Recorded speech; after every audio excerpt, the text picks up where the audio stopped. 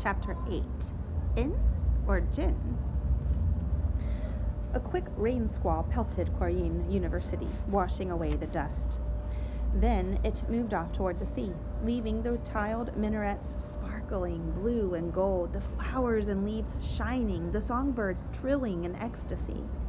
Etienne, back from his run and already dry, slipped out of his sandals at the entrance and walked barefoot down the smooth red tiles, past the concert hall and the library, past the banquet hall and the classrooms, to the central courtyard where, every evening, the students gathered to talk before the call to prayer.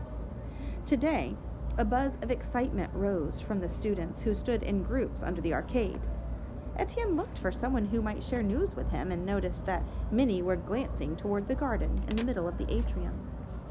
There, barefoot on the wet grass, his face turned to the sky, stood the boy from the desert. He was as still as a person whose soul is elsewhere. His eyes were closed. During the evening prayers, Etienne saw the young man again, slight and alone. Crushed among the other students, the boy used a new prayer mat.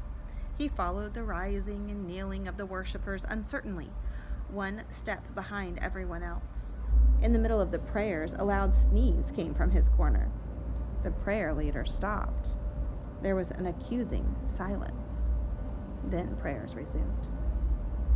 Etienne wandered down the arcaded passages around the student gardens and finally found an old caretaker sweeping the tiles. He approached slowly, rehearsing a greeting. "Blessings, old uncle," he said quietly. The sweeper didn't hear. "Blessings," he tried louder, touching the man's shoulder.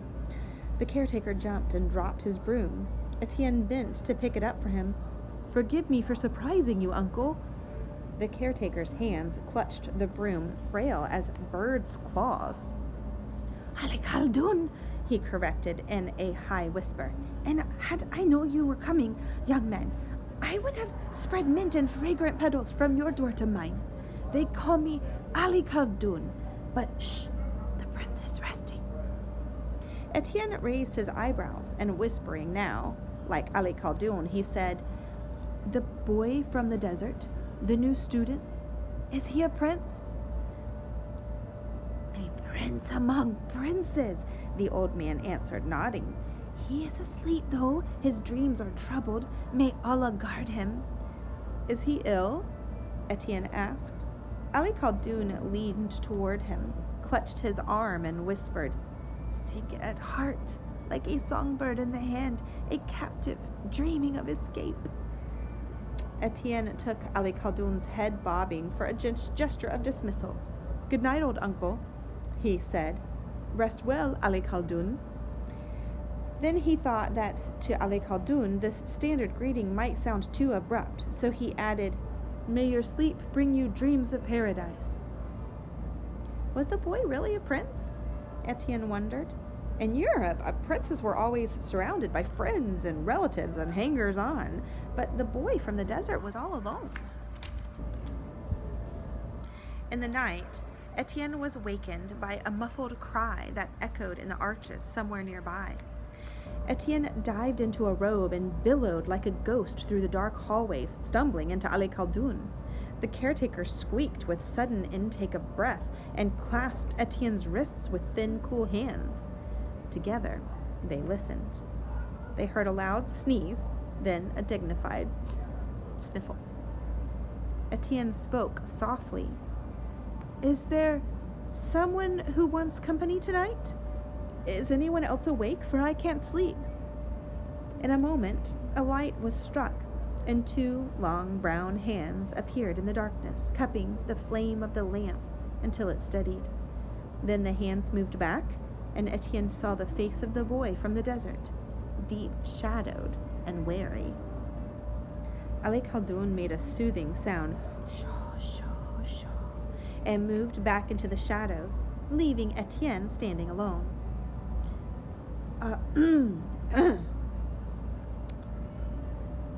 "Welcome, fellow student," said the boy in classic Arabic. "Welcome, companion, and perhaps a guide. Where in this labyrinth can one find the stars?" Etienne paused, assembling in his mind polite phrases of invitation. He found himself speaking like the texts he read. Let us go to the roof of the library. Cool breezes play there. The rain is gone, and the moon will soon be rising. Let us go then, said the boy, looking at Etienne oddly, averting his eyes when Etienne looked back at him.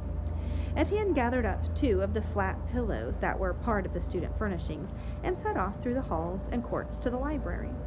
The boy from the desert followed like a shadow, and Ali Khaldoun like the shadow of a shadow. Etienne felt as if he were under an enchantment. He wanted to talk, but as the silence built, he found it harder and harder to break. At last, they reached the rooftop. Ali Khaldoun stood in the stairway, moaning softly to himself and rubbing the joints of his hands. Etienne and the boy from the desert set their pillows on the roof and stretched out on their backs. The moon struggled up over one of the hills that surrounded the city, blotting out the stars with its brilliance. Etienne heard his companion give a deep sigh and turned to see him gazing at the moon, his wary look replaced by one of peace. I am called Atiyah, he said. The gift of God? Yes. Etienne glanced over to see if Atiyah looked embarrassed. He didn't. And I am called Etienne, which means a saint who had rocks thrown at him. Atiyah smiled a superior smile. Are you Ins or Jinn? He asked. Etienne blinked. This boy must feel as he did, that they were living inside a fairy tale. What exactly is the difference between Ins and Jinns? He asked. Ins are made of Allah's potter's clay, said Atiyah. Let me start that over. Ins are made by Allah of potter's clay, Atiyah explained. The Jinn are made of smokeless fire. Etienne picked up his own arm and let it flop by his side. Then he put his hand on his stomach, where he could feel his heart beating. I am both, he answered, potter's clay and fire. He smiled in the dark. Yeah, you are Ins. Etienne realized with a jolt that Atiyah didn't recognize him as human. Had he never seen a European person? How do you know I am Ins? Atiyah laughed. Because jinns are stupid. You are too smart to be a jinn. Jinns are not smart, eh? But they are powerful, I think. Atiyah stretched and folded his hands behind his head. Etienne could see in the dark that he was smiling now. The jinn have the passion of the Qibli and a brain like a chickpea. I see, Etienne said. And what is a Ghibli? Ghibli? A Ghibli? You have never been caught in a Ghibli? Maybe it's Ghibli? I don't know how you say it. It means sandstorm. Where have you been since your birth? Is it from one of the great sandstorms? Y'all, I messed up again. I'm so sorry.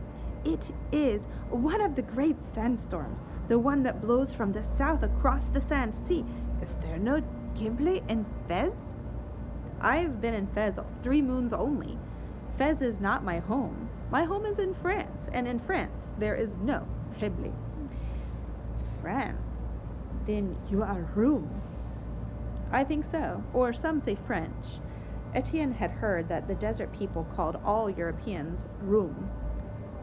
And what brings you to Fez, Etienne Room? I came to study. I studied Arabic in Toledo, in Spain, and then I came here to find people to talk to. Because you love to read science? Atiyah sounded disappointed. Etienne didn't answer right away. Long ago, as a boy in France, he had decided to learn Arabic in order to convert Muslims to Christianity. Lately, this ambition seemed absurd to him. By Atiyah's tone, Etienne guessed he couldn't even read. I do not love to read signs so much as I love to discover what they say, he said at last. I can read signs in the desert. I can read patterns in the blown sand and the tracks of mice, even the signs in men's voices in the clouds. The pictures written in the books mean nothing to me. Atiyah closed his eyes. A look of sadness took over his face. I have been here less than a full day, but already I am mocked. The youngest children know the Quran by memory. My mind fails to remember the words. Sometimes the words are not beautiful and must be rearranged. The teacher this afternoon, he was angry and accused me of questioning the Prophet Muhammad himself. Then he said in a puzzled voice, I should not be mocked. I am a son of the Bini Khalid. He gazed at the moon. His eyes were very bright, with what might be tears. Tell me about the Bini Khalid, Etienne said, watching the sky softened to velvet by the moonlight, feeling the soft, damp wind. Atiya talked of the desert, of Isafa, of spacious heart and open hand, of Miriam and Nasrin. Mostly and at length, he talked of Halima, a girl who spoke poetry and chased frogs, a girl slim and strong as a date palm, fleet-footed as a gazelle.